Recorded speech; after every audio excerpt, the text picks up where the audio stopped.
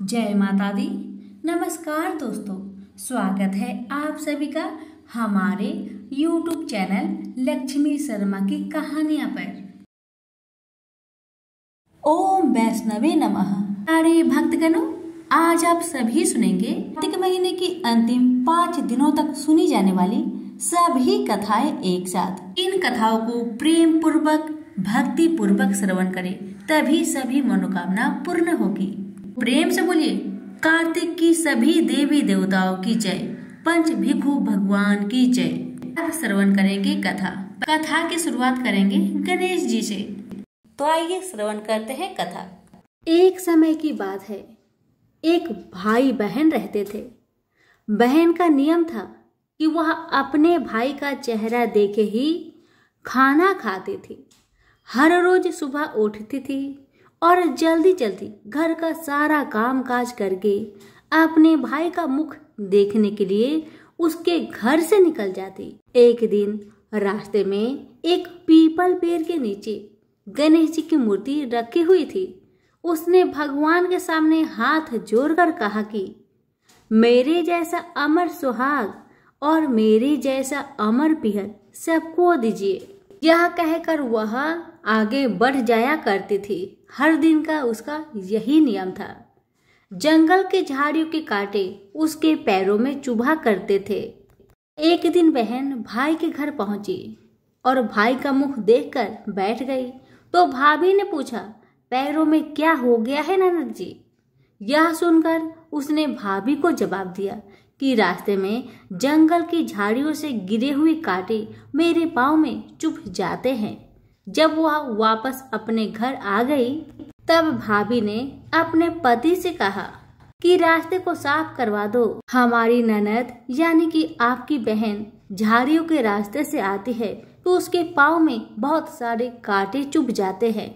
पत्नी की इतना बात सुनते ही भाई तुरंत उठा और हाथों में कुल्हाड़ी लेकर सारी झाड़ियों को काटकर रास्ता साफ कर दिया। और इसी कारण से गणेश जी का स्थान भी वहां से हट गया। यह देखकर भगवान गुस्सा हो गए और उसके भाई के प्राण को हर लिए। लोग अंतिम संस्कार के लिए जब भाई को ले जा रहे थे तब उसकी भाभी रोती हुई लोगों से कही, थोड़ी देर रुक जाओ, उसकी बहन आने वाली है। वह अपने भाई का मुख देखे बिना नहीं रह सकती। उसका यह हर दिन का नियम है। तब लोगों ने कहा, आज तो देख लेगी पर कल कैसे देखेगी? रोज के दिन की तरह बहन अपने भाई का मुख देखने के लिए जंगल में निकल दी। जब जंगल में उसने देखा कि सारा रास्ता साफ किया हुआ है तब वह आगे बढ़ी तो उसने देखा कि सिद्धि विनायक को भी वहां से हटा दिया गया है। तब उसने जाने से पहले गणेश जी को एक अच्छे स्थान पर रखकर उन्हें स्थान दिया और हाथ जोड़कर बोली, हे गणेश महाराज, मेरे जैसा अमर सुहाग और मेरे जैसा अमर पिहर सबको देना। और फिर इतना कहकर आगे निकल गई। लड़की की बात सुनकर भगवान गणेश सोच में पड़ गए, अगर मैं इसका नहीं सुना तो मुझे कौन मानेगा, हमें कौन पूजेगा? तब सिद्धि विनायक ने उसे पीछे से आवाज दिया कि बेटी, इस खेजड़ी की 7 पत्तियां ले जा और उसे कच्चे दूध में घोलकर भाई के ऊपर छींटा मार देना, वह उठकर बैठ जाएगा। यह सुनकर जब बहन पीछे मुड़ी तो उसने देखा कि वहां तो कोई नहीं है, लेकिन फिर भी उसके दिल से आवाज आई, जो मैंने सुना वैसे ही करती हूँ, देखा जाए क्या होता है। इतना सोचकर वह 7 खेजड़ी की पत्तियां लेकर अपने भाई के घर पहुंची। उसने देखा वहां कई लोग बैठे हुए हैं। भाभी बैठी रो रही है और पास में ही भाई का लाश रखा हुआ है। उसे रास्ते में जो आवाज सुनाई दी थी वही बात याद आई और उसने वैसा ही किया जैसे उसने सुना था। उसने खेजड़ी की 7 पत्तियों को बताए हुए नियम के तहत भाई के ऊपर इस्तेमाल किया। तब उसका भाई उठकर बैठ गया। भाई बोला बहन से, मुझे तो बहुत ही गहरी नींद आ गई थी। तब बहन बोली यह नींद किसी दुश्मन को भी ना आए और उसने सारी बात अपने भाई को बता दी। हे गणेश महाराज, जैसे आपने उस बहन की सुनी वैसे ही कहानी कहने वाले, हुक्कारे भरने वाले सभी की परिवार की सुनना और सभी के परिवार की रक्षा करना। सभी प्रेम से बोलिए गणेश महाराज की जय हो। एक ब्राह्मण और ब्राह्मणी थे। वह 7 कोस दूर गंगा जमुना में नहाने जाया करते थे। 7 कोस दूर आने जाने से ब्राह्मणी बहुत थक जाती थी। इसलिए ब्राह्मण एक दिन अपने पति से बोली, काश मेरा कोई बेटा होता तो घर पे बहू होती। बहू के होने से घर का सारा काम बहू खुद ही संभाल लेती। हम कार्तिक स्नान करके घर में आते तो खाना बना हुआ मिलता, कपड़े धुले हुए मिलते। मैं तो बहुत थक जाती हूँ इतना दूर आने जाने से, और थके हारे शरीर से कोई काम भी मेरे से नहीं होता है। अपनी पत्नी की बात सुनकर ब्राह्मण बोला, तुम्हें बहू चाहिए तो चल मैं तुम्हें बहू लाकर देता हूँ, तुम चिंता क्यों करती हो। बस इतना करो कि एक पोटली में चून बांधकर दे दो और उसमें थोड़ा सा मोहर और सर्फी भी डाल देना। ब्राह्मण ने जैसा कहा ब्राह्मणी ने वैसा ही किया। एक पोटली में थोड़ा सा चून बांधकर उसमें थोड़ा सा मोहर और असरफी डालकर मोटरी बांधकर ब्राह्मण को दे दिया। ब्राह्मण वह पोटली लेकर चल पड़ा। कुछ दूर जमुना जी के किनारे बहुत सारी लड़कियां अपने मिट्टी के घर को बनाकर खेल रही थी। उसमें से एक लड़की ने बोली, मैं तो अपना घर कभी भी नहीं बिगड़ने दूंगी, तो रहने के लिए यही घर चाहिए। ब्राह्मण को वही लड़की मन में भागी। वह अपने मन में सोचने लगा कि यही एक समझदार सी लड़की है। ये अचानक सभी लड़कियां अपने अपने घर को जाने लगी और ब्राह्मण भी उसी लड़की के पीछे पीछे चल दिया। वह लड़की अपने घर पहुंची तो ब्राह्मण बोला, बेटी मैं बहुत भूखा हूँ, अपनी माँ से पूछो क्या मेरे लिए 4 रोटी बना देगी।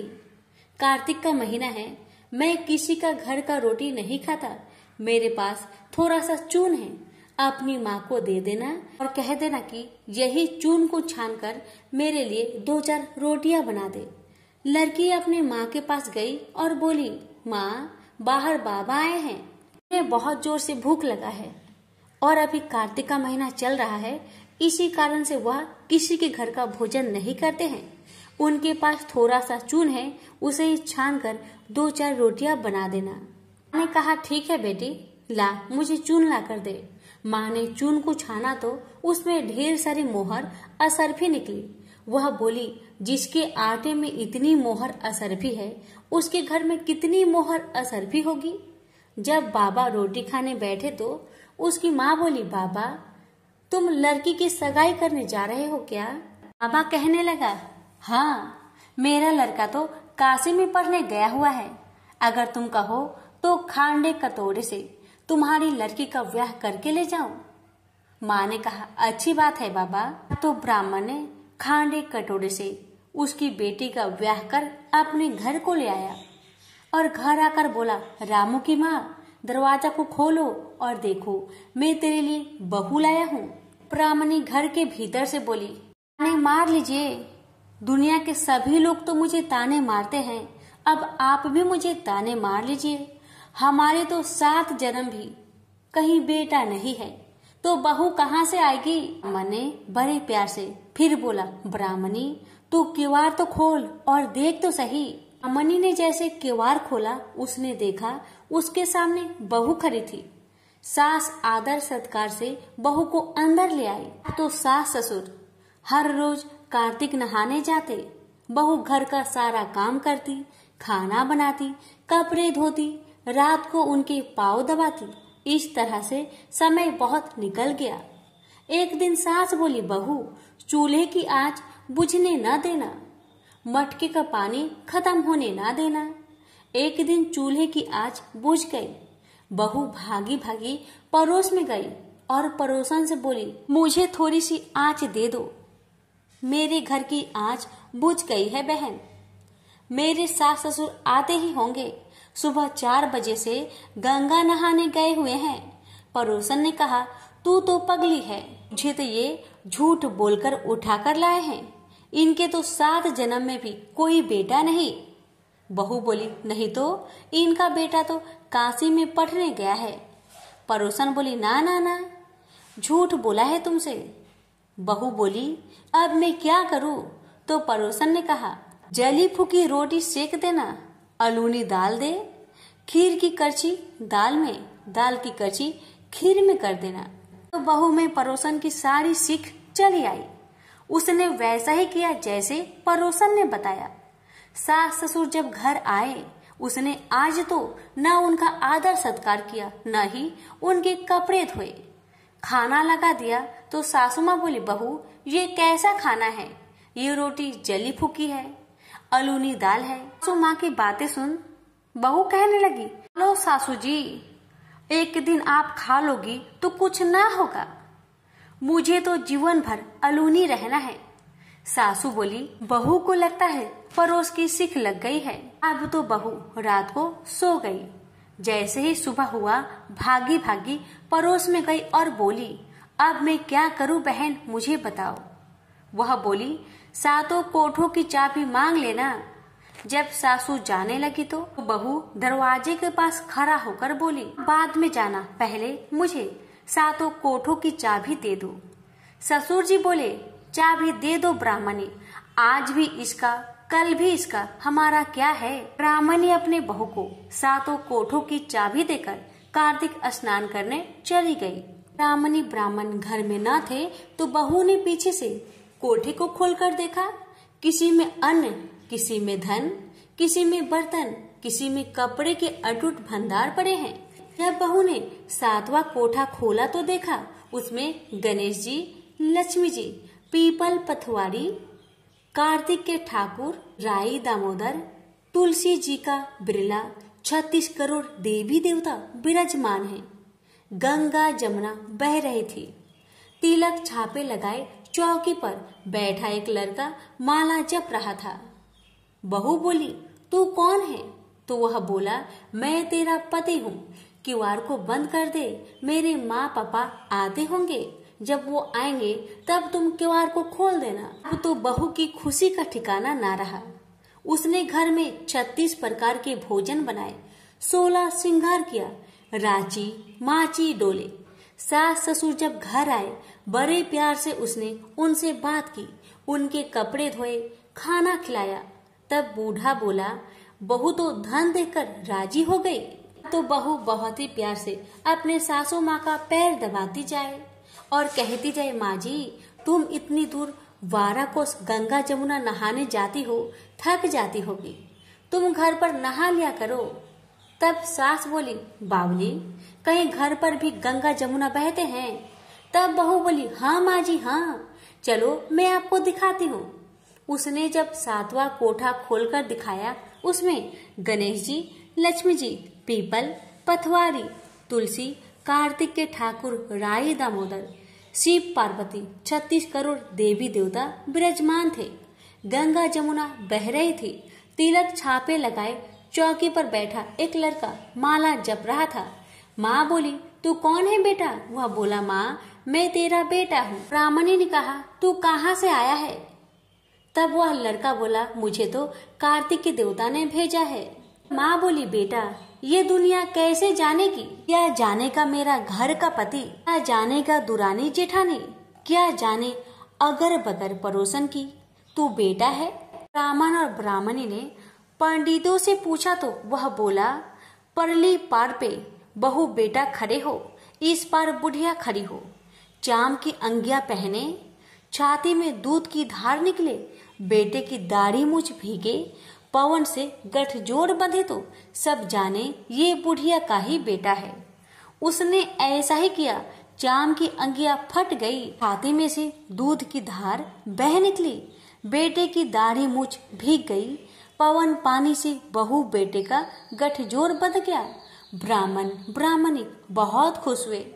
हे कार्तिक के ठाकुर, राई दामोदर, श्री कृष्ण भगवान, जैसे उसे बहू बेटा दिए वैसे सबको देना। जैसे ब्राह्मण ब्राह्मणी की इच्छा पूरी की, जैसे बहू की इच्छा पूरी की, वैसे ही सबकी करना। कहते सुनते हुकारा भरते, सभी की परिवार की रक्षा करना। प्रेम से बोलिए कार्तिक की देवी देवता की जय। किसी भी गांव में एक साहूकार था और उसका एक बेटा व बहू भी थे। बहू कार्तिक माह में रोज सवेरे उठकर गंगा स्नान के लिए जाती थी। सुबह जल्दी जाते समय वह किसी भी पराये पुरुष का मुख नहीं देखती थी। एक राजा का बेटा भी सुबह सवेरे गंगा स्नान के लिए जाता था। वह हैरान होता था कि मैं इतनी जल्दी उठता हूँ स्नान के लिए, लेकिन कोई है जो मुझसे भी जल्दी उठकर नहा लेता है। कार्तिक माह के 5 दिन बचे थे कि एक दिन साहूकार की बहू तो स्नान करके वापस जा ही रही थी और उस समय राजा का बेटा स्नान के लिए आ रहा था। आवाज सुनकर वह जल्दी जल्दी जाने लगी, लेकिन जल्दबाजी में उसकी माला मोजरी छूट गई। राजा के बेटे ने उसकी माला मोजरी उठा ली और सोचने लगा कि जिस स्त्री का यह माला मोजरी इतनी सुंदर है, वह स्त्री कितनी सुंदर होगी। उसने पूरे गांव में मुनादी करवा दी कि जिसकी तह माला मोजरी है वह 5 रात मेरे पास आएगी। साहूकार के बेटे की बहू ने कहलवा दिया कि मैं 5 रात आऊंगी, लेकिन किसी को साख भरने बैठा देना। राजा के बेटे ने एक तोते को पिंजरे में बंद कर गंगा किनारे पेड़ पर टांग दिया। बहू सुबह के समय आई, पहली पैरी पर पैर रखा और बोली, हे कार्तिक के ठाकुर, राई दामोदर, पांचों पांडु, छठे नारायण, भीखम राजा, उस पापी को नींद आ जाए। राजा के बेटे को नींद आ गई। बहू नहा धोकर चलने लगी तो तोते से बोली, सुआ सुआ तेरे गल डालूंगी हीरा, तेरी साख भरियो बीरा। सुआ बोला कि कोई वीर भी साख भरता है क्या? वह फिर बोली, सुआ सुआ सुबह तेरे पग घालूंगी नेवर, साख भरियो मेरे देवर। सुआ ने कहा, ठीक है भाभी, मैं तेरी साख रखूंगा। वह तो कहकर चली गई। राजा का बेटा हड़बड़ा कर उठा और सुआ से पूछा, सुआ सुआ वह आई थी, कैसी थी? सुआ बोला, आभा किसी बिजली, होली किसी झल, केला किसी कामनी, गुलाब सा रंग। अगले दिन राजा के बेटे ने सोचा कि आज मैं अपनी उंगली में चीरा लगाऊंगा, इससे मुझे नींद नहीं आएगी। अगले दिन राजकुमार उंगली चीर कर लेट गया। वह आई और भगवान से उसी तरह प्रार्थना करने लगी और राजकुमार को फिर नींद आ गई। वह स्नान करके फिर से वापस चली गई। सुबह राजकुमार ने तोते से पूछा तो उसने वही सारी बातें दोहरा दी। अब राजकुमार बोला कि मैं आज रात में आंखों में मिर्ची डालकर बैठूंगा।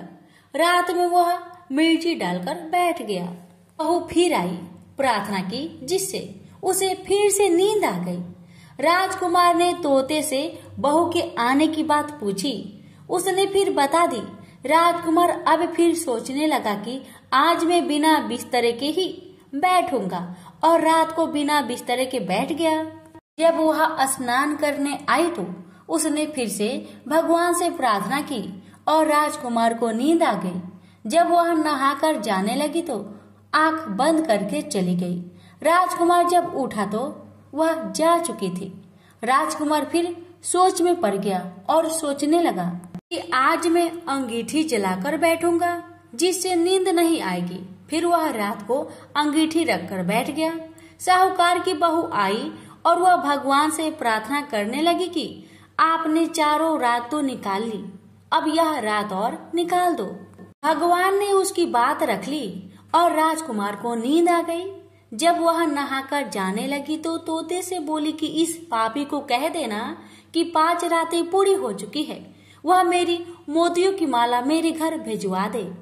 सुबह राजकुमार की आँख खुली तो उसने तोते से पूछा कि क्या वह आई थी?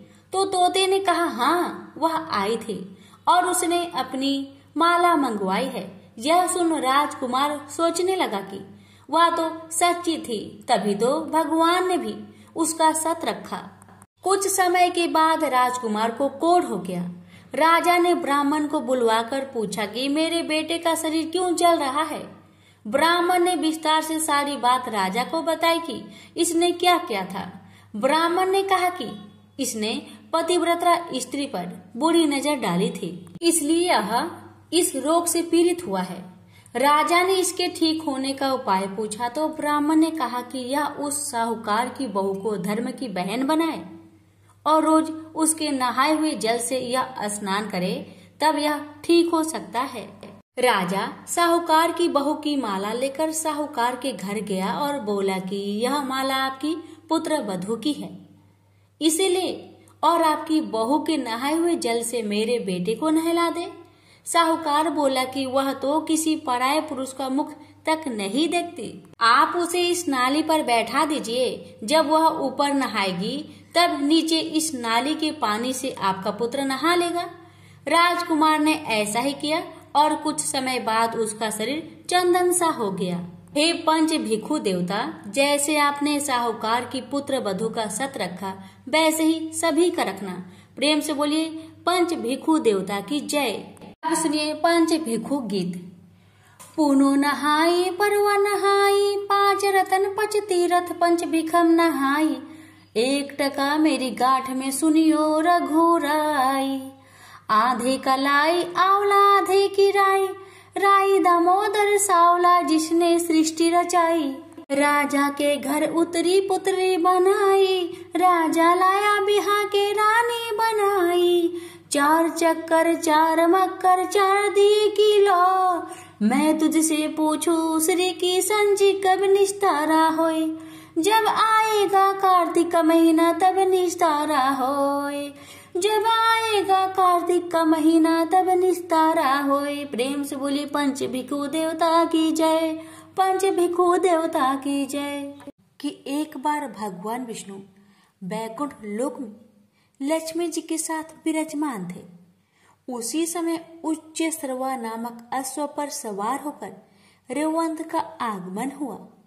उच्च श्रवा अश्व सभी लक्षणों से युक्त, देखने में अत्यंत सुंदर था। उसकी सुंदरता की तुलना किसी अन्य अश्व से नहीं किया जा सकता। अतः लक्ष्मी जी उस अश्व के सौंदर्य को एकटक देखती रह गई। जब भगवान विष्णु ने लक्ष्मी जी को मंत्र मुक्त होकर अश्व को देखते हुए पाया तो उन्होंने उनका ध्यान अश्व की ओर से हटाना चाहा, लेकिन लक्ष्मी जी देखने में तत्लीन रही। भगवान विष्णु द्वारा बार बार झांक झोरने पर भी जब उनकी तंद्रा भंग न हुई, तब इसे अपनी अवहेलना समझकर भगवान विष्णु को क्रोध आ गया और उन्होंने गुस्से में आकर लक्ष्मी जी को श्राप देते हुए कहा कि तुम इस समय अश्व के सौंदर्य में इतनी खोई हुई हो कि मेरे द्वारा बार बार झकझोर करने पर भी तुम्हारा ध्यान इसी में लगा रहा। अब तुम अश्वी हो जाओ। जब लक्ष्मी जी का ध्यान भंग हुआ और श्राप के बारे में पता चला तो वो क्षमा मांगते हुई समर्पित भाव से भगवान विष्णु की वंदना करने लगी।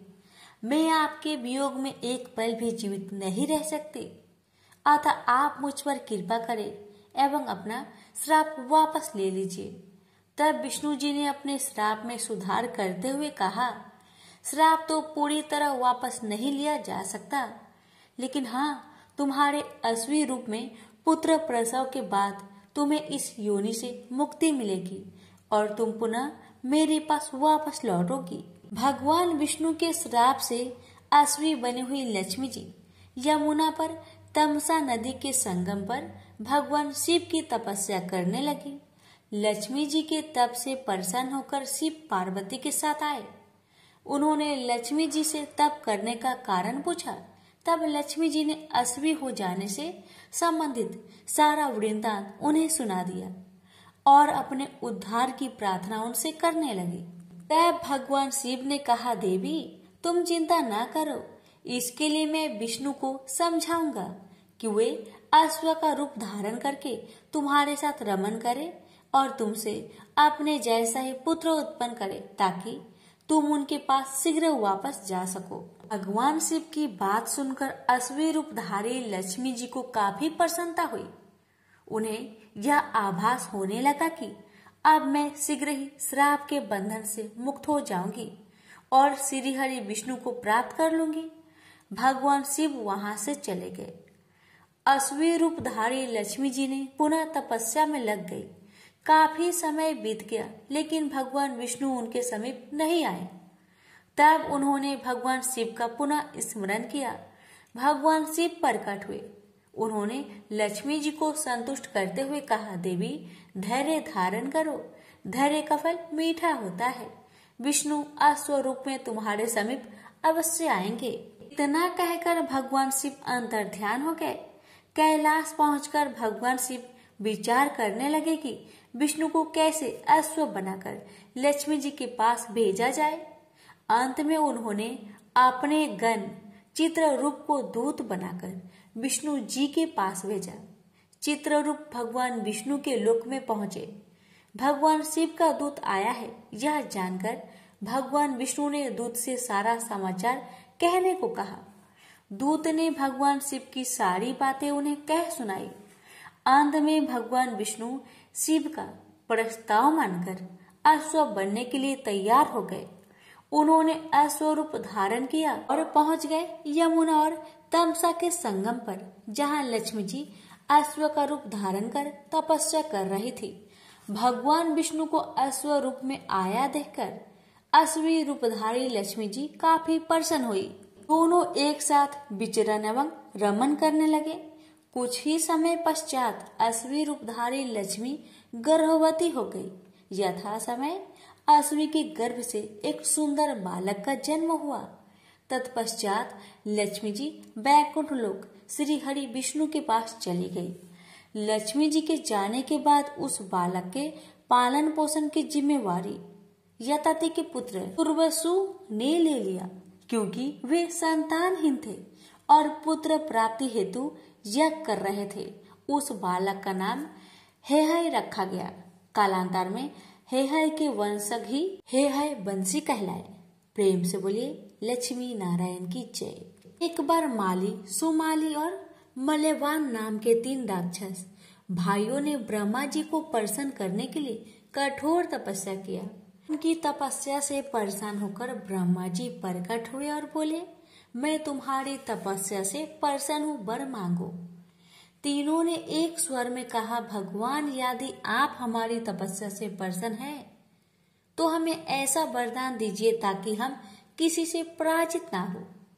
ब्रह्मा जी ने कहा, ऐसा ही होगा, मगर एक बात याद रखना, अगर तुम लोग भगवान विष्णु से युद्ध कर बैठो तो तुम्हारी मौत निश्चित है। राक्षस ब्रह्मा जी की बात मान गए। उन्होंने कहा, प्रभु हमारे लिए किसी ऐसे स्थान का निर्माण करें जहां हम निर्विघ्न रह सके, जहां पर हमें किसी प्रकार का भय ना हो। ब्रह्मा जी कुछ सोचते हुए बोले, तुम लोगों के लिए मुझे किसी स्थान का निर्माण नहीं करना पड़ेगा। समुद्र के बीचों बीच सोने की एक नगरी लंका नाम से है। उसे पवन ने विश्वकर्मा की मदद से बनवाया है। वह आजकल खाली पड़ी है। तुम लोग उस नगरी में रहो, वह हर प्रकार से सुरक्षित है। इतना कहकर ब्रह्मा जी अंतर्ध्यान हो गए। तीनों भाई प्रसन्न मन से लंका की ओर चल पड़े। लंका में राक्षस राज्य स्थापित हो गया। कहावत सच है कि लोभ उत्पन्न होने से पाप पैदा होता है और पाप से मृत्यु होती है। एक दिन लंका में तीनों भाइयों ने विचार किया कि देवतागण विष्णु भगवान का अभयदान पाकर किसी से नहीं डरते, यह अच्छी बात नहीं है।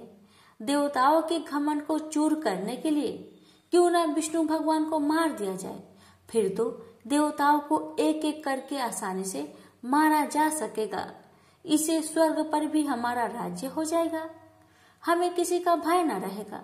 यह विचार करके तीनों भाई राक्षसों की बड़ी सेना लेकर विष्णु भगवान से युद्ध करने जा पहुंचे। साक्षात भगवान से मूर्खों का युद्ध आरंभ हो गया।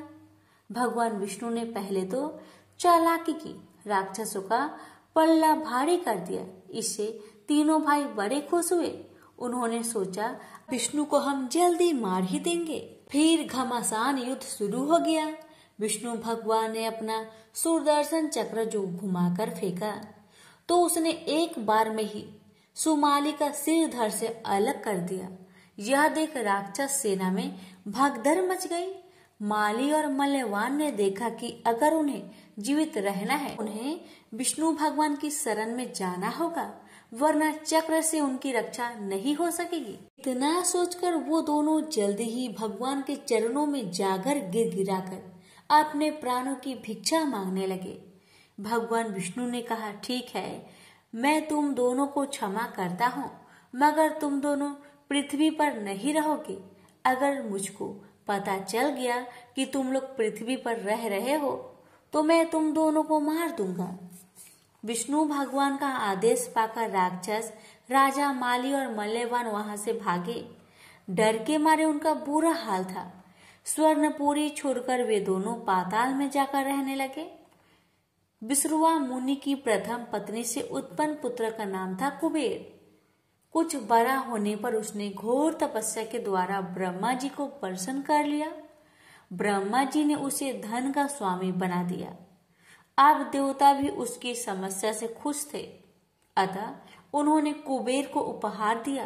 प्रत्येक देवता ने उसे बहुमूल्य उपहार से लाद दिया।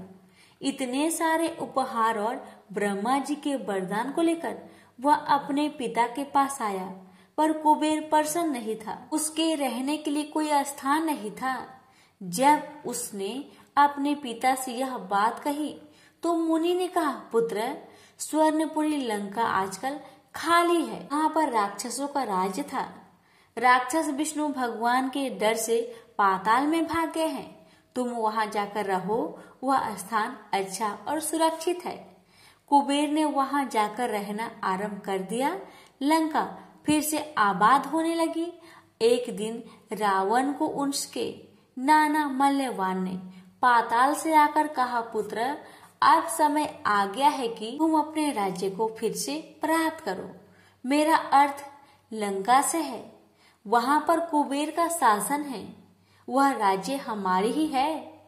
हम उसके शासक थे, पर विष्णु भगवान के डर से हम पाताल चले गए और उस पर कुबेर ने अपना अधिकार जमा लिया है। राक्षस वंश के होने के नाते तुम ही उसके वास्तव में अधिकारी हो। रावण ने कहा, नाना जी, आप यह क्या कह रहे हैं? कुबेर तो मेरा बड़ा भाई है, उसको हटाकर मैं वहां का राजा कैसे हो सकता हूँ? यह नहीं होगा। यह सुनकर मल्यवान मुस्कुराया, फिर बोला, संसार में कौन ऐसा है जो भाई के सुख से सुखी हुआ है? नाग का भाई गरुड़ है, पर वह नाग का जानी दुश्मन है। नाग को देखते ही वह खा जाता है। वह जो अमरावती का इंद्र है, वह भी अपने भाई को मारकर वहां का राजा होकर सुख भोग रहा है। और भी बहुत से ऐसे उद्यान हैं जहां आश्रम में रहकर कष्टमय जीवन व्यतीत करने से क्या फायदा। अब अपनी चीज है तो उसका उपयोग क्यों नहीं किया जाए? यह कहकर मल्यवान पाताल चला गया। रावण के दिमाग में बात घूमने लगी। नाना जी ठीक ठीक कह रहे हैं, उसे लंका का अधिकारी होना चाहिए। उसने तुरंत एक दूत को लंका रवाना करके अपनी बात को कहला भेजी। कुबेर उसके प्रस्ताव को सुनकर डर गया। वह भागा भागा अपने पिता के पास आया। सारी बात सुनने के पश्चात मुनि बोले, बेटा, झगड़ा करने से कोई फायदा नहीं। रावण बड़ा हठी और दुर्बुद्धि स्वभाव का लड़का है। एक बार उसके दिमाग में कोई बात घूम जाती है तो वह उसे पूरा ही करके छोड़ता है। अच्छा यह होगा कि तुम लंका छोड़ दो, उसी में तुम्हारी भलाई है। दुष्ट से झगड़ा करने से कोई लाभ नहीं है। कुबेर ने लंका छोड़ दी। रावण यह जानकर बड़ा प्रसन्न हुआ। लंका में फिर से राक्षस राज्य स्थापित हो गया। प्रेम से बोले, विष्णु भगवान की जय। तुंगभंगा नदी के किनारे एक गांव था। वहां पर आत्मदेव नाम का एक ब्राह्मण और उसकी पत्नी धुंधली रहती थी। आत्मदेव जो सज्जन था, लेकिन उसकी पत्नी दुष्ट प्रवृत्ति की थी। आत्मदेव बहुत उदास रहता था क्योंकि उसको कोई संतान नहीं हो रहा था और बहुत बार उसने आत्महत्या करने की भी कोशिश किया, लेकिन सफल नहीं हो पाया। लेकिन एक दिन हताश होकर जंगल की तरफ आत्महत्या करने के लिए निकल गया। आत्मदेव को रास्ते में एक ऋषि जी मिले और फिर आत्मदेव ऋषि जी को अपनी कहानी सुनाकर रोने लगा और उपाय पूछने लगा। तो ऋषि ने कहा, मेरे पास अभी तो ऐसा कुछ नहीं है कि जिससे मैं तुम्हें कुछ दे पाऊं। लेकिन आत्मदेव ने बताया कि उसकी गाय को कोई बच्चा नहीं हो रहा था और जब आत्मदेव ऋषि को बार बार बोलने लगा तो ऋषि ने उसे एक फल दिया और उसको अपनी पत्नी को खिलाने को कहा और कहा कि 1 साल तक तुम्हारी पत्नी को स्वास्थ्य जीवन जीना पड़ेगा। आत्मदेव वह फल लेकर खुशी खुशी घर वापस आकर सारी बात अपनी पत्नी धुंधली को बताए और उसको फल खाने को दे दिया। लेकिन धुंधली सोचती है अगर बच्चा हुआ तो उसको बहुत कष्ट का सामना करना पड़ेगा। यह सोचकर वह उस फल को नहीं खाई और जाकर सारी बात अपनी छोटी बहन को बताई। तो उसकी बहन ने उसे एक रास्ता बताया और कहा कि मैं गर्भवती हूँ और मुझे बालक होने वाला है। उस बालक को तुम ले लेना और इस फल को गाय को खिला देना। इससे उस ऋषि की शक्ति का भी पता न चल पाएगा। धुंधली ने वैसा ही किया जैसे उसकी बहन ने बताया और अपनी पति आत्मदेव के सामने गर्भावस्था का नाटक करने लगी और कुछ दिन बाद जाकर अपनी बहन से बच्चा लेकर चली आई। आत्मदेव बहुत खुश हुए, खुशियां मनाई और उस बालक का नाम ब्रह्मदेव रखना चाहा।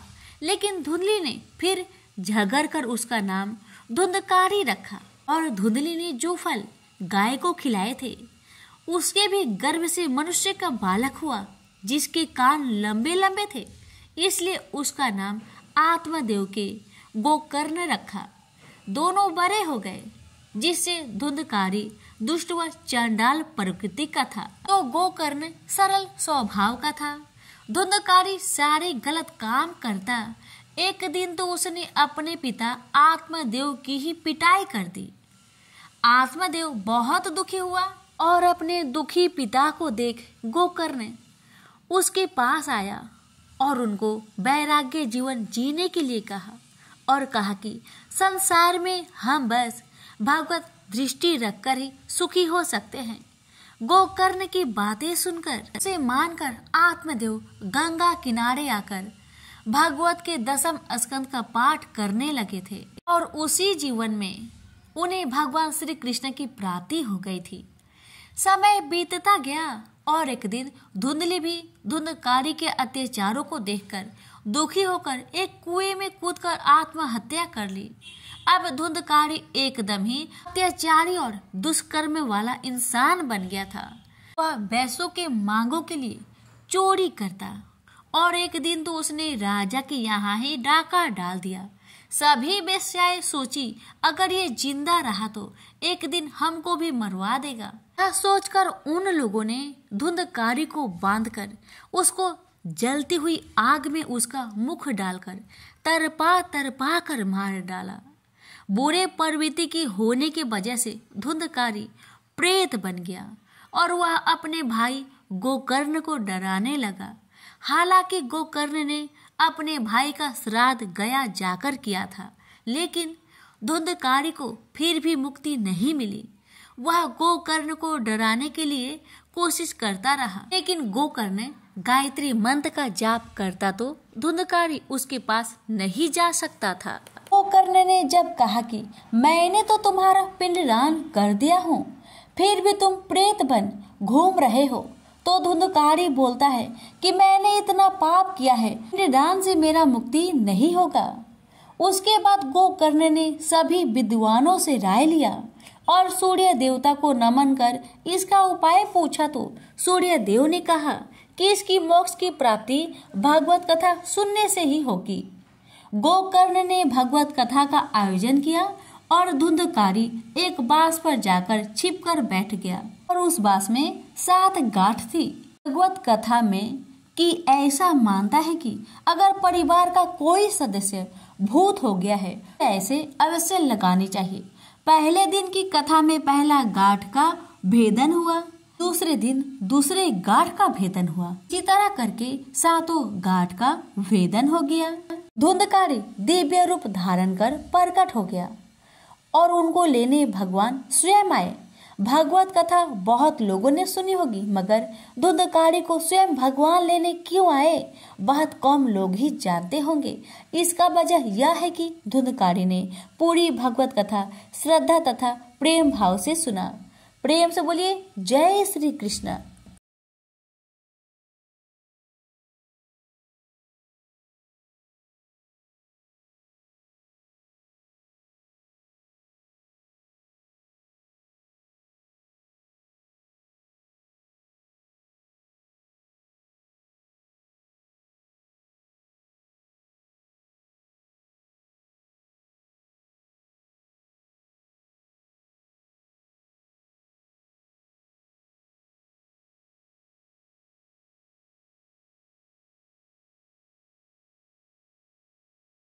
कि एक बार भगवान विष्णु बैकुंठ लोक में लक्ष्मी जी के साथ विराजमान थे। उसी समय उच्च श्रवा नामक अश्व पर सवार होकर रेवंत का आगमन हुआ। उच्च श्रवा अश्व सभी लक्षणों से युक्त, देखने में अत्यंत सुंदर था। उसकी सुंदरता की तुलना किसी अन्य अश्व से नहीं किया जा सकता। अतः लक्ष्मी जी उस अश्व के सौंदर्य को एकटक देखती रह गई। जब भगवान विष्णु ने लक्ष्मी जी को मंत्र मुक्त होकर अश्व को देखते हुए पाया तो उन्होंने उनका ध्यान अश्व की ओर से हटाना चाहा, लेकिन लक्ष्मी जी देखने में तत्लीन रही। भगवान विष्णु द्वारा बार बार झांक झोरने पर भी जब उनकी तंद्रा भंग न हुई, तब इसे अपनी अवहेलना समझकर भगवान विष्णु को क्रोध आ गया और उन्होंने गुस्से में आकर लक्ष्मी जी को श्राप देते हुए कहा कि तुम इस समय अश्व के सौंदर्य में इतनी खोई हुई हो कि मेरे द्वारा बार बार झकझोर करने पर भी तुम्हारा ध्यान इसी में लगा रहा। अब तुम अश्वी हो जाओ। जब लक्ष्मी जी का ध्यान भंग हुआ और श्राप के बारे में पता चला तो वो क्षमा मांगते हुई समर्पित भाव से भगवान विष्णु की वंदना करने लगी। मैं आपके वियोग में एक पल भी जीवित नहीं रह सकती, अतः आप मुझ पर कृपा करें एवं अपना श्राप वापस ले लीजिए। तब विष्णु जी ने अपने श्राप में सुधार करते हुए कहा, श्राप तो पूरी तरह वापस नहीं लिया जा सकता, लेकिन हाँ, तुम्हारे अश्वी रूप में पुत्र प्रसव के बाद तुम्हें इस योनि से मुक्ति मिलेगी और तुम पुनः मेरे पास वापस लौटोगी। भगवान विष्णु के श्राप से अश्वी बनी हुई लक्ष्मी जी यमुना पर तमसा नदी के संगम पर भगवान शिव की तपस्या करने लगी। लक्ष्मी जी के तप से प्रसन्न होकर शिव पार्वती के साथ आए। उन्होंने लक्ष्मी जी से तप करने का कारण पूछा। तब लक्ष्मी जी ने अश्वी हो जाने से संबंधित सारा वृत्तांत उन्हें सुना दिया और अपने उद्धार की प्रार्थना उनसे करने लगे। तब भगवान शिव ने कहा, देवी तुम चिंता ना करो, इसके लिए मैं विष्णु को समझाऊंगा कि वे अश्व का रूप धारण करके तुम्हारे साथ रमन करे और तुमसे अपने जैसा ही पुत्र उत्पन्न करे, ताकि तुम उनके पास शीघ्र वापस जा सको। भगवान शिव की बात सुनकर अश्वी रूपधारी लक्ष्मी जी को काफी प्रसन्नता हुई। उन्हें यह आभास होने लगा कि अब मैं शीघ्र ही श्राप के बंधन से मुक्त हो जाऊंगी और श्री हरि विष्णु को प्राप्त कर लूंगी। भगवान शिव वहां से चले गए। अश्वी रूपधारी लक्ष्मी जी ने पुनः तपस्या में लग गई। काफी समय बीत गया, लेकिन भगवान विष्णु उनके समीप नहीं आए। तब उन्होंने भगवान शिव का पुनः स्मरण किया। भगवान शिव प्रकट हुए। उन्होंने लक्ष्मी जी को संतुष्ट करते हुए कहा, देवी धैर्य धारण करो, धैर्य का फल मीठा होता है। विष्णु अश्वरूप में तुम्हारे समीप अवश्य आएंगे। इतना कहकर भगवान शिव अंतर ध्यान हो गए। कैलाश पहुंचकर भगवान शिव विचार करने लगे कि विष्णु को कैसे अश्व बनाकर लक्ष्मी जी के पास भेजा जाए। अंत में उन्होंने अपने गण चित्ररूप को दूत बनाकर विष्णु जी के पास भेजा। चित्ररूप भगवान विष्णु के लोक में पहुंचे। भगवान शिव का दूत आया है। यह जानकर भगवान विष्णु ने दूत से सारा समाचार कहने को कहा। दूत ने भगवान शिव की सारी बातें उन्हें कह सुनाई। अंत में भगवान विष्णु शिव का प्रस्ताव मानकर अश्व बनने के लिए तैयार हो गए। उन्होंने अश्व रूप धारण किया और पहुंच गए यमुना और तमसा के संगम पर, जहां लक्ष्मी जी अश्व का रूप धारण कर तपस्या कर रही थी। भगवान विष्णु को अश्व रूप में आया देखकर अश्वी रूपधारी लक्ष्मी जी काफी प्रसन्न हुई। दोनों एक साथ विचरण एवं रमन करने लगे। कुछ ही समय पश्चात अश्वी रूपधारी लक्ष्मी गर्भवती हो गई। यथा समय अश्वी के गर्भ से एक सुंदर बालक का जन्म हुआ। तत्पश्चात लक्ष्मी जी बैकुंठ लोक श्री हरि विष्णु के पास चली गई। लक्ष्मी जी के जाने के बाद उस बालक के पालन पोषण की जिम्मेवारी यताति के पुत्र पूर्वसु ने ले लिया, क्योंकि वे संतानहीन थे और पुत्र प्राप्ति हेतु यज्ञ कर रहे थे। उस बालक का नाम हेहय रखा गया। कालांतर में हेहय के वंशज ही हेहय वंशी कहलाए। प्रेम से बोलिए लक्ष्मी नारायण की जय। एक बार माली, सुमाली और मल्यवान नाम के 3 राक्षस भाइयों ने ब्रह्मा जी को प्रसन्न करने के लिए कठोर तपस्या किया। उनकी तपस्या से परेशान होकर ब्रह्मा जी प्रकट हुए और बोले, मैं तुम्हारी तपस्या से प्रसन्न हूँ, वर मांगो। तीनों ने एक स्वर में कहा, भगवान यदि आप हमारी तपस्या से प्रसन्न हैं तो हमें ऐसा वरदान दीजिए ताकि हम किसी से पराजित ना हो। ब्रह्मा जी ने कहा, ऐसा ही होगा, मगर एक बात याद रखना, अगर तुम लोग भगवान विष्णु से युद्ध कर बैठो तो तुम्हारी मौत निश्चित है। राक्षस ब्रह्मा जी की बात मान गए। उन्होंने कहा, प्रभु हमारे लिए किसी ऐसे स्थान का निर्माण करें जहां हम निर्विघ्न रह सके, जहां पर हमें किसी प्रकार का भय ना हो। ब्रह्मा जी कुछ सोचते हुए बोले, तुम लोगों के लिए मुझे किसी स्थान का निर्माण नहीं करना पड़ेगा। समुद्र के बीचों बीच सोने की एक नगरी लंका नाम से है। उसे पवन ने विश्वकर्मा की मदद से बनवाया है। वह आजकल खाली पड़ी है। तुम लोग उस नगरी में रहो, वह हर प्रकार से सुरक्षित है। इतना कहकर ब्रह्मा जी अंतर्ध्यान हो गए। तीनों भाई प्रसन्न मन से लंका की ओर चल पड़े। लंका में राक्षस राज्य स्थापित हो गया। कहावत सच है कि लोभ उत्पन्न होने से पाप पैदा होता है और पाप से मृत्यु होती है। एक दिन लंका में तीनों भाइयों ने विचार किया कि देवतागण विष्णु भगवान का अभयदान पाकर किसी से नहीं डरते, यह अच्छी बात नहीं है। देवताओं के घमंड को चूर करने के लिए क्यों न विष्णु भगवान को मार दिया जाए, फिर तो देवताओं को एक एक करके आसानी से मारा जा सकेगा। इससे स्वर्ग पर भी हमारा राज्य हो जाएगा, हमें किसी का भय न रहेगा। यह विचार करके तीनों भाई राक्षसों की बड़ी सेना लेकर विष्णु भगवान से युद्ध करने जा पहुंचे।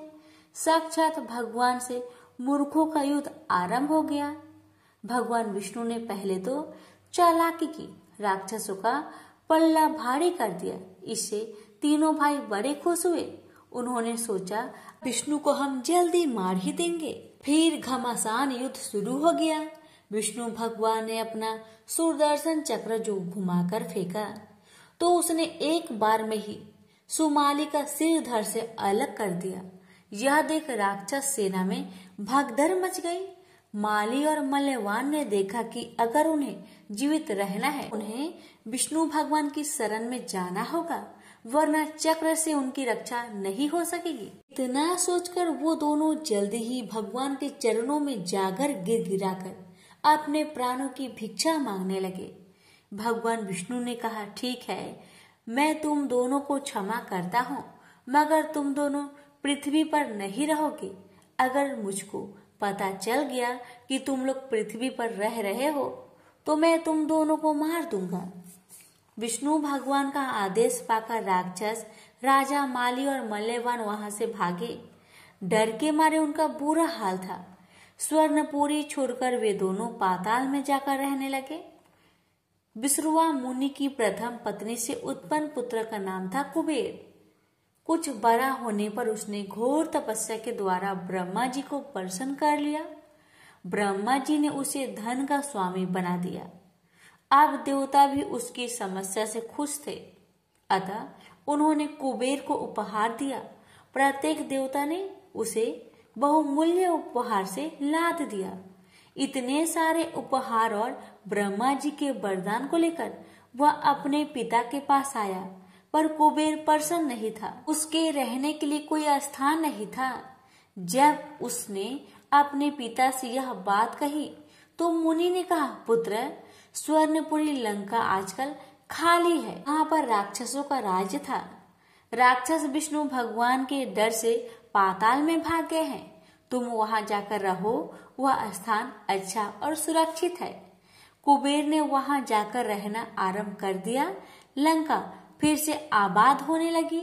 एक दिन रावण को उसके नाना मल्लवान ने पाताल से आकर कहा, पुत्र, अब समय आ गया है कि तुम अपने राज्य को फिर से प्राप्त करो। मेरा अर्थ लंका से है। वहां पर कुबेर का शासन है। वह राज्य हमारी ही है। हम उसके शासक थे, पर विष्णु भगवान के डर से हम पाताल चले गए और उस पर कुबेर ने अपना अधिकार जमा लिया है। राक्षस वंश के होने के नाते तुम ही उसके वास्तव में अधिकारी हो। रावण ने कहा, नाना जी, आप यह क्या कह रहे हैं? कुबेर तो मेरा बड़ा भाई है। उसको हटाकर मैं वहां का राजा कैसे हो सकता हूँ? यह नहीं होगा। यह सुनकर मल्लवान मुस्कुराया, फिर बोला, संसार में कौन ऐसा है जो भाई के सुख से सुखी हुआ है? नाग का भाई गरुड़ है, पर वह नाग का जानी दुश्मन है। नाग को देखते ही वह खा जाता है। वह जो अमरावती का इंद्र है, वह भी अपने भाई को मारकर वहां का राजा होकर सुख भोग रहा है। और भी बहुत से ऐसे उद्यान हैं जहां आश्रम में रहकर कष्टमय जीवन व्यतीत करने से क्या फायदा। अब अपनी चीज है तो उसका उपयोग क्यों नहीं किया जाए? यह कहकर मल्लवान पाताल चला गया। रावण के दिमाग में बात घूमने लगी। नाना जी ठीक ठीक कह रहे हैं, उसे लंका का अधिकारी होना चाहिए। उसने तुरंत एक दूत को लंका रवाना करके अपनी बात को कहला भेजी। कुबेर उसके प्रस्ताव को सुनकर डर गया। वह भागा भागा अपने पिता के पास आया। सारी बात सुनने के पश्चात मुनि बोले, बेटा, झगड़ा करने से कोई फायदा नहीं। रावण बड़ा हठी और दुर्बुद्धि स्वभाव का लड़का है। एक बार उसके दिमाग में कोई बात घूम जाती है तो वह उसे पूरा ही करके छोड़ता है। अच्छा, यह होगा कि तुम लंका छोड़ दो, उसी में तुम्हारी भलाई है। दुष्ट से झगड़ा करने से कोई लाभ नहीं है। कुबेर ने लंका छोड़ दी। रावण यह जानकर बड़ा प्रसन्न हुआ। लंका में फिर से राक्षस राज्य स्थापित हो गया। प्रेम से बोले, विष्णु भगवान की जय। विष्णु जी ने नारद जी का घमंड तोड़ने के लिए अपनी माया से विश्व मोहिनी का नाम की राजकुमारी का स्वयंवर आयोजित किया। नारद जी ने विश्व मोहिनी को देखा तो वे उस पर मोहित हो गए और उससे विवाह करने का मन बना लिया। विश्व मोहिनी के स्वयंवर में देव ऋषि नारद भी जाना चाहते थे, इसलिए नारद जी विष्णु जी के पास पहुंच गए। उनसे कहने लगे, मुझे सुंदरता दे दीजिए, जिसे देखकर विश्व मोहिनी मुझे विवाह के लिए चुन ले। विष्णु जी ने नारद मुनि को वानर बना दिया। नारद जी ने ऐसे ही स्वयंवर में पहुंच गए। स्वयंवर शुरू हुआ तो विष्णु जी भी वहां आ पहुंचे। विश्व मोहिनी ने नारद मुनि को नहीं बल्कि विष्णु जी को चुन लिया और वरमाला पहना दी। नारद मुनि को मालूम हुआ कि विष्णु जी ने उनका चेहरा बानर की तरह बना दिया है। इस बात से बहुत गुस्सा हो गए। गुस्से में उन्होंने विष्णु जी को श्राप दे दिया, अपमान करने लगे। और विष्णु जी नारद मुनि की बातें मुस्कान के साथ ध्यान से सुन रहे थे। नारद मुनि गुस्से में बोलते ही जा रहे थे। उन्होंने कहा कि आपने मुझे धोखा दिया है। आप भगवान हैं, इसका मतलब ये नहीं है कि आप किसी को भी ठग लेंगे। आज आपकी वजह से मुझे स्त्री का वियोग सहना पड़ा है। मैं आपको श्राप देता हूँ कि आपको भी स्त्री वियोग होगा। आपने मुझे बानर का चेहरा दिया है तो एक दिन आपको बंदरों की मदद लेनी होगी। ये सारी बातें लक्ष्मी जी भी सुन रही थी। देवी ने विष्णु जी से कहा कि आप इतनी बातें क्यों सुन रहे हैं। विष्णु जी ने देवी से कहा कि नारद मुनि से स्तुति बहुत सुनी है, आज निंदा भी सुन लेते हैं। जब नारद जी शांत हुए तो विष्णु जी ने कहा कि मैं आपका श्राप स्वीकार करता हूँ। इसके बाद भगवान ने उन्हें समझाया कि आप संत है, आपको घमंड हो गया है और आपके जैसे संत के लिए घमंड करना अच्छा नहीं है। इस वजह से मैंने आपका घमंड तोड़ने के लिए ही ये पूरी माया रची थी। वह राज्य, राजकुमारी, स्वयंवर सब मेरी माया ही थी। आप जैसे संत के मन में एक राजकुमारी के लिए काम वासना जागना सही नहीं है। आपको इन बुराइयों से दूर रहना चाहिए। नारद मुनि को विष्णु जी की बातें समझ में आ गई और उन्होंने क्षमा मांगते हुए बुराइयों से बचने के लिए विष्णु जी को धन्यवाद दिया। प्रेम से बोलिए विष्णु भगवान की जय। नारद जी बात बात पर नारायण नारायण कहा करते और इस प्रकार दिन में कई बार भगवान का नाम लेते थे। एक दिन उनके मन में यह विचार आया कि वह बहुत बार भगवान का नाम लेते हैं, अतः वही भगवान के सबसे बड़े भक्त है। यह सोचकर नारद जी विष्णु भगवान के पास पहुंचे और पूछा, भगवान आपका सबसे बड़ा भक्त कौन है। विष्णु भगवान ने बताया, अमुक गांव का अमुक किसान मेरा सबसे बड़ा भक्त है।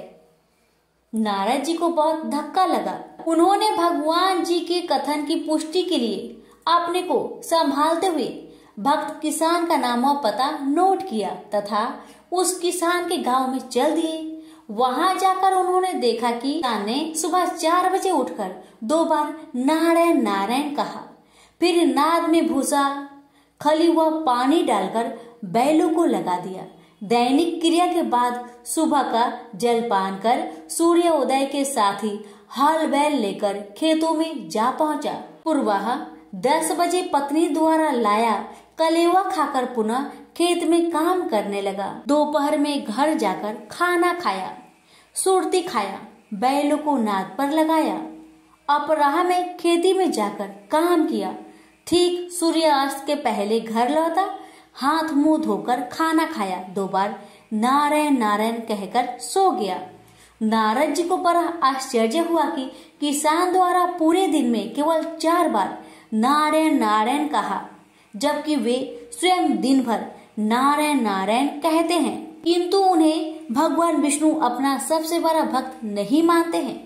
नारद जी ने अपनी आकांक्षा व व्यथा विष्णु भगवान को बताई।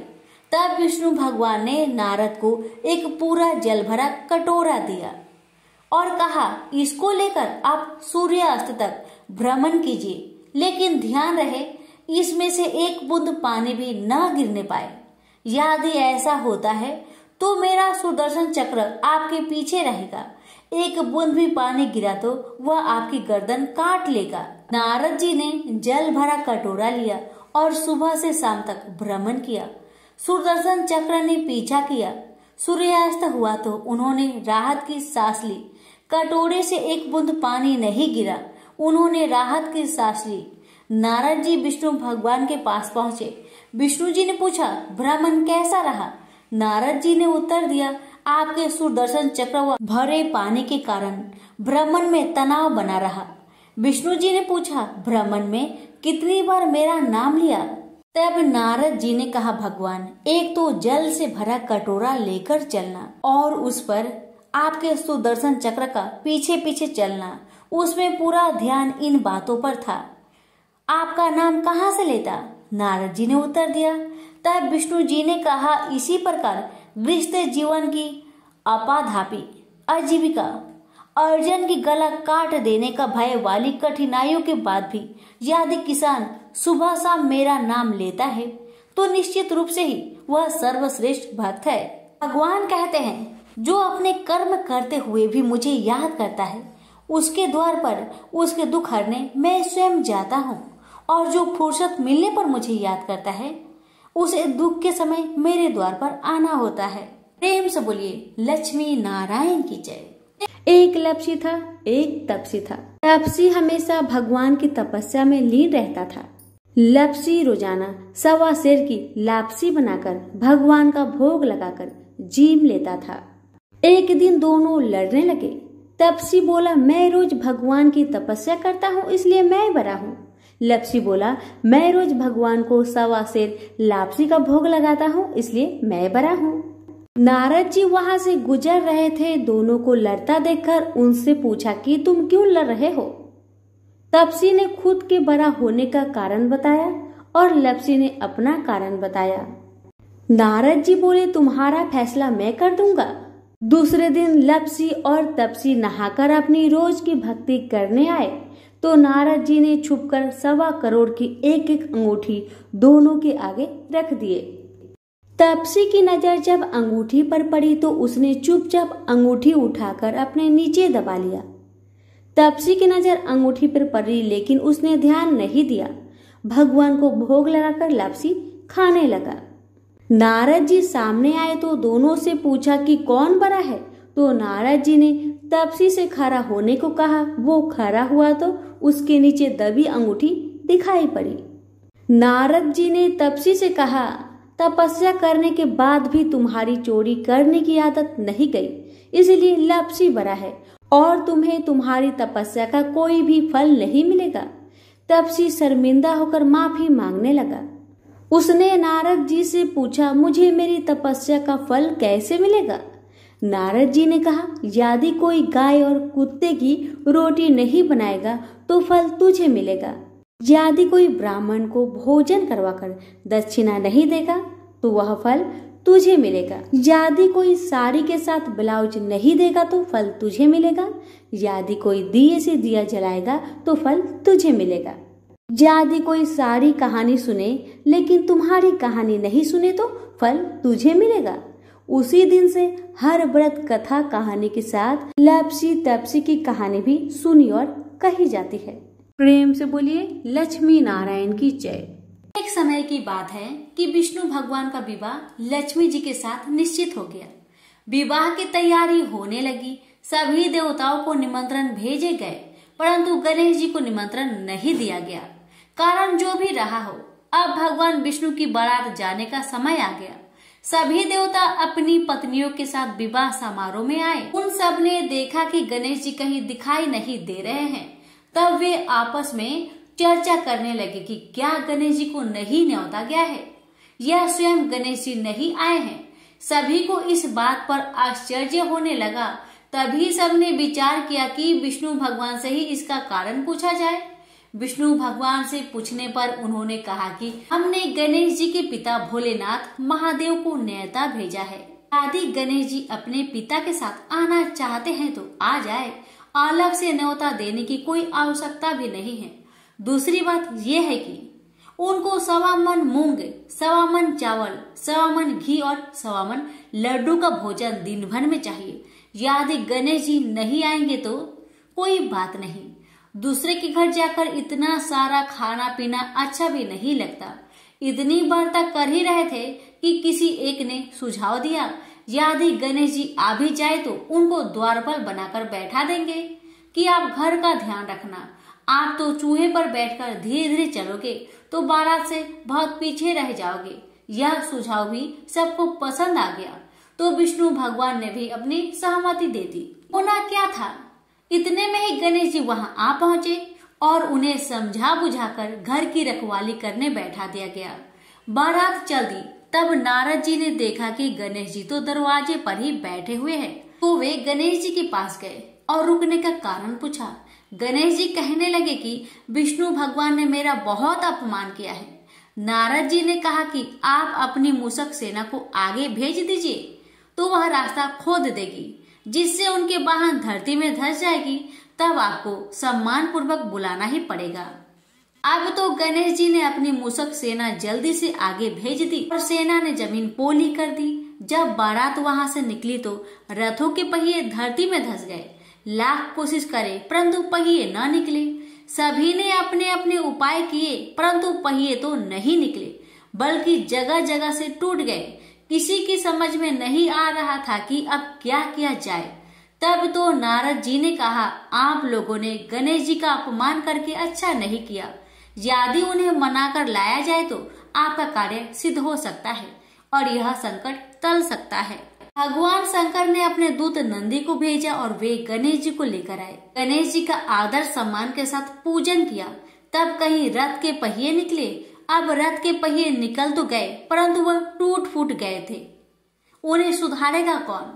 पास के खेत में खाती काम कर रहा था, उसे बुलाया गया। खाती अपना कार्य करने से पहले श्री गणेशाय नमः कहकर गणेश जी की वंदना मन ही मन करने लगा। देखते ही देखते खाती ने सभी पहियों को ठीक कर दिया। तब खाती कहने लगा कि देवताओं, आपने सर्वप्रथम गणेश जी को नहीं मनाया होगा और न ही उनका पूजन किया होगा, इसलिए तो आपके साथ यह संकट आया है। हम तो मूर्ख अज्ञानी हैं, फिर भी पहले गणेश जी को पूजते हैं, उनका ध्यान करते हैं। आप लोग तो देवतागण हैं, फिर भी आप गणेश जी को कैसे भूल गए? अब आप लोग भगवान श्री गणेश जी की जय बोलकर जाए तो आपके सब काम बन जाएंगे और कोई संकट भी नहीं आएगा। ऐसा कहते हुए बारात वहां से चल दी और विष्णु भगवान का लक्ष्मी जी के साथ विवाह संपन्न करा के सभी सकुशल घर लौट आए। हे गणेश जी महाराज, आपने विष्णु को जैसे कारज सरियो ऐसा कारज सबका सिद्ध करजो।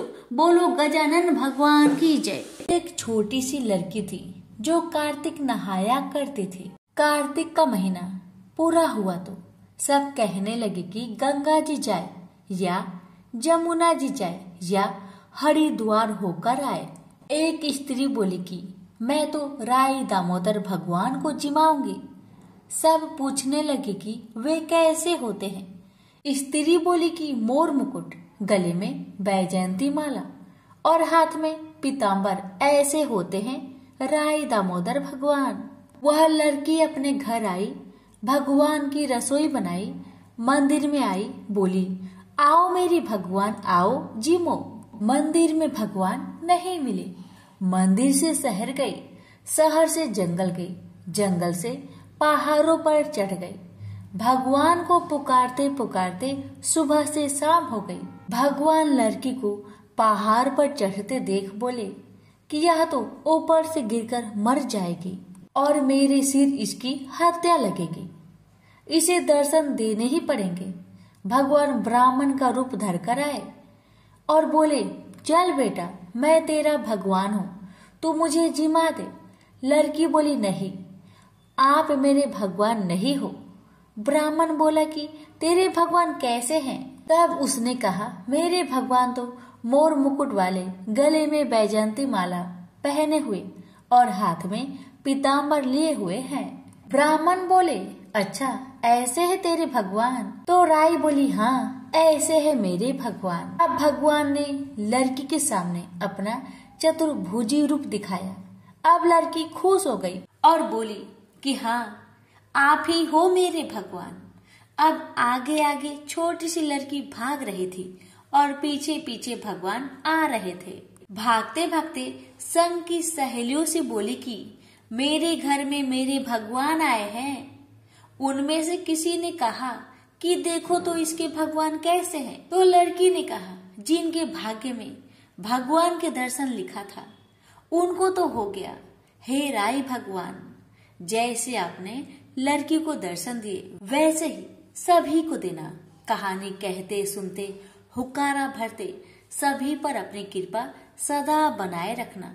प्रेम से बोलिए राई दामोदर भगवान की जय। बहुत समय पहले की बात है। किसी गांव में दो माँ बेटी रहती थी। बेटी का नाम था राई। वह बहुत सुंदर व सुशील थी। भगवान कृष्ण की पक्की भक्त थी।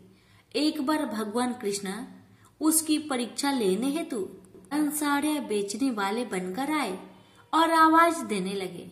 राई अपने माँ से बोली मुझे भी 10 साड़ियां चाहिए। माँ बोली मैं पैसे कहाँ से लाऊं? बाजरी है वो ले जा। बाजरी के भगवान ने फूंक मारी तो फुस उड़ के राई की आंखों में चली गई। राई जोर जोर से रोने लगी। भगवान वहां से अंतर ध्यान हो गए। वैद्य का रूप धारण कर फिर भगवान वहां आए और आवाज देने लगे राई की माँ बाहर आई और बोली, वैद्य जी, मेरे बेटे की आंख फूस गिर गया है, उसे निकाल दो। भगवान बोले, अगर मैं फूस निकालूं तो उसका विवाह मेरे साथ करना होगा। राई की माँ तैयार हो गई, सगाई कर दी। कार्तिक शुक्ल 11 के दिन विवाह निश्चित किया। माँ सोचने लगी, बेटी को क्या दूंगी मैं। सोनार की दुकान पर जाकर बोली, मेरी राय के लिए लौंग व बिछिया घर दे। सुनार बोला, मुझे समय नहीं है, मैं तो कृष्ण भगवान के गहने कर रहा हूँ। हलवाई व बनिया वो जहाँ भी गई उसको यही जवाब मिला। माँ तो घर आ गई, अब क्या करे।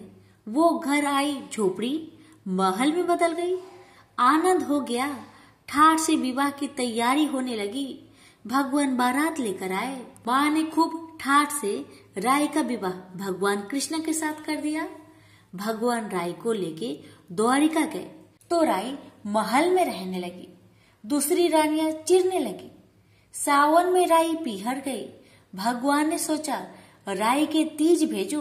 7 जरी के 20 व 5 सोने के पचेटे रखे। 2 हंसों को बुलाया। वो बोले, सीधे राय के पीहर जाना, कहीं मत रुकना। राधा रुक्मणी को पता चला तो उन्होंने हंसों को अपने महल में बुला के कहा, थोड़ी मोटी चुग लो। हंस आ गए, मोती चुगने लगे। राधा रुक्मणी ने सारा सामान निकालकर उसमें फटे पुराने कपड़े और 5 कटे बांध दिए। पोटली हंसों को दे दिया। हंस सामान लेके राय के पास गए। राय खुशी से नाचने लगी।